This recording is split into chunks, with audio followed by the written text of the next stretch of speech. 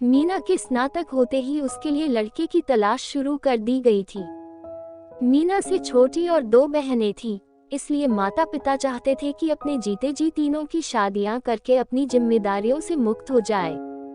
पिता नौकरी करते थे, अतः उनकी सोच थी कि रिटायरमेंट से पहले तीनों बेटियों की शादियां हो जाएं।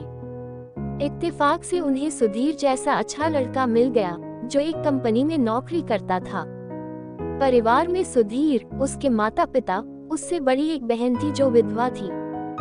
उसका एक 3 साल का बेटा भी था। परिवार की आर्थिक स्थिति अच्छी थी तथा समाज में उनकी अच्छी साख भी थी। कुछ औपचारिकताओं के बाद रिश्ता तय हो गया। काफी धूमधाम से शादी संपन्न हो गई। हनीमून से लौटने के बाद मीना ने रसोई के साथ साथ घर की दूसरी जिम्मेदारियों में भी अपना योगदान देना शुरू कर दिया। शादी से पहले उसकी सहेलियां, रिश्तेदार उसे नसीहतें देती थीं, मीना बाकी सब तो ठीक है, लेकिन तेरे ससुराल में एक विधवा नंद भी है और उसका बेटा भी। जरा संभल कर रहना, क्योंकि ऐसे हालातों में मायके में रह रही नंद मानसिक तनाव में रहती है। तो वह छोटी छोटी बातों पर टोका-टाकी, बहसबाजी, मनमुटाव और लड़ाई झगड़े जैसी हरकतें कर सकती है।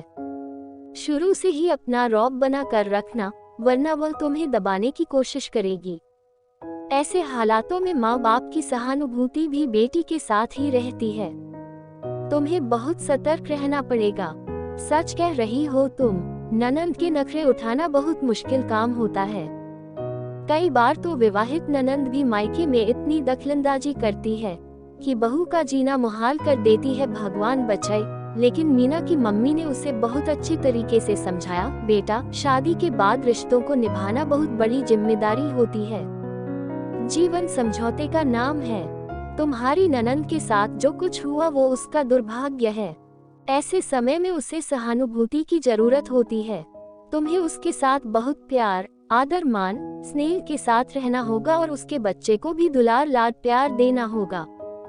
घर की बहू का यही कर्तव्य होता है कि वह परिवार को एकजुट बनाकर रखे और अपने व्यवहार से सबका मन जीत ले। माँ की सीख को मीना ने गांठ बांध लिया। थोड़े समय में ही अपने मृदु स्वभाव तथा अच्छे व्यवहार से परिवार के सभी सदस्यों का मन जीत लिया। एक दिन बातों बातों में ननंद विधि ने बताया कि कैसे उसके पति एक्सीडेंट में चल बसे थे। ससुराल वालों ने उसे साथ रखने से इनकार कर दिया तो उसे मायके आना पड़ा। वह तो बेटे के साथ अकेले रहने को भी तैयार थी। सोचा था कहीं नौकरी कर लेगी और जीवन गुजार लेगी, लेकिन माता पिता नहीं माने और उसे अपने साथ ले आए। जब वह मायके आई तो उसका बेटा 1 साल का था।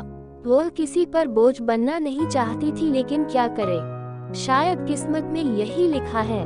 उसकी व्यथा सुनकर मीना का मन पसीज गया। उसे विधि के साथ बहुत सहानुभूति हो गई। उसके बेटे ओम के साथ तो मीना की काफी पटने लगी। वह उसके साथ नए नए खेल खेलती, वीडियो गेम में भी उसका साथ देती, कहीं घूमने जाती तो उसे भी साथ ले जाती। वह भी मामी मामी कहकर उसके आगे पीछे डोलता रहता। कुछ समय बाद मीना ने महसूस किया जब वह ओम के साथ ज्यादा देर रहती है तो विधि कुछ नाराज और तनाव में आ जाती है। एक दिन तो उसने कह ही डाला, भाभी, आपके इतने लाड से ओम तो आपका ही हो जाएगा। मेरा उस पर से अधिकार छीन रही हैं आप। आखिर मैं उसकी माँ हूँ, वही तो मेरा सहारा है, उसी के लिए तो जी रही हूँ मैं। विधि की बातों से मीना सन्न रह गई। ओम के प्रति उसके निश्चल स्नेह को विधि ने गलत ढंग से ले लिया। उसने इस बारे में सुधीर से बात की तो वह बोला, शायद असुरक्षा की भावना के कारण विधि ऐसा सोच रही है। तुम बुरा मत मानो, धीरे धीरे सब ठीक हो जाएगा। एक दिन बातों ही बातों में मीना ने अपने पति को बताया कि उसके मामा का लड़का 2 साल पहले विधुर हो गया था। उसकी पत्नी बीमारी से चल बसी थी। अगर विधि की शादी उससे करा दी जाए तो कैसा रहेगा। पति ने अपने माता पिता से इस बारे में बात की तो वह भी राजी हो गए। अब विधि को इसके लिए तैयार करना आवश्यक था। पता नहीं वह इसके लिए तैयार होगी या नहीं। ये जिम्मेदारी मीना को ही सौंप दी गई। जब मीना ने विधि से इस बारे में बात की तो वह कुछ नाराज हो गई।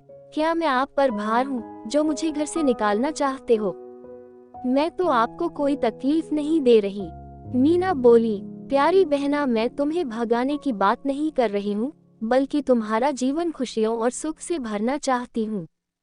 मेरा भाई बहुत ही शालीन, समझदार और नेक इंसान है, वह तुम्हें बहुत खुश रखेगा।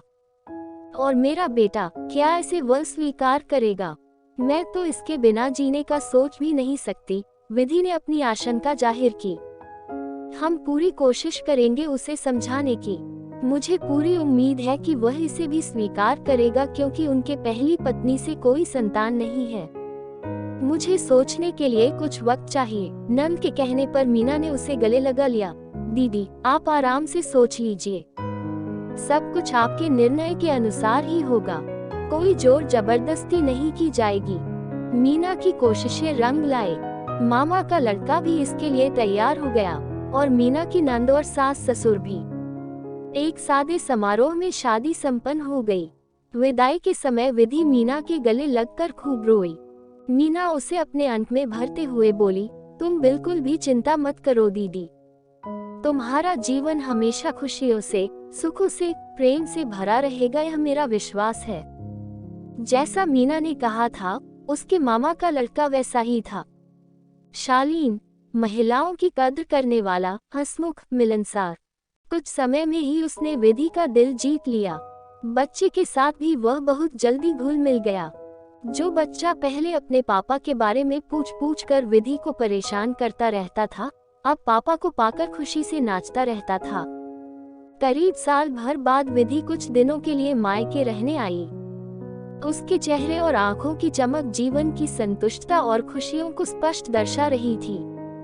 उसने मीना को बताया कि सचमुच उसके पति बहुत नेक और अच्छे इंसान हैं। उसे बहुत मान सम्मान, प्रेम, सहयोग देते हैं। बच्चा तो इतना खुश था कि रोज ही फोन पर पापा से बात करता और पूछता, पापा मुझे लेने कब आओगे? मुझे आपकी बहुत याद आ रही है। एक सप्ताह बाद निधि के पति उसे लेने आए। विदा होते समय विधि भाभी के गले लग गई और भरे गले से बोली, भाभी, आपने मेरे जीवन में दोबारा खुशियाँ, उमंग, उत्साह भर दिए, थैंक्स। मीना बोली, दीदी, मैंने कोई एहसान नहीं किया, मैंने तो एक बहू का फर्ज अदा किया है। अपनी बहन जैसी ननंद के जीवन में खुशियों के रंग भरने की कोशिश की है, और ईश्वर की कृपा से उसमें सफलता मिल गई है, यह आपका भाग्य है। मीना के पति, सास ससुर भी अपनी भर आई आंखों को पूछ रहे थे। मीना के प्रति उनके मन में जैसे प्रेम का सागर उमड़ पड़ा था। उसके प्रति प्रशंसा, आभार तथा स्नेह के भाव साफ नजर आ रहे थे।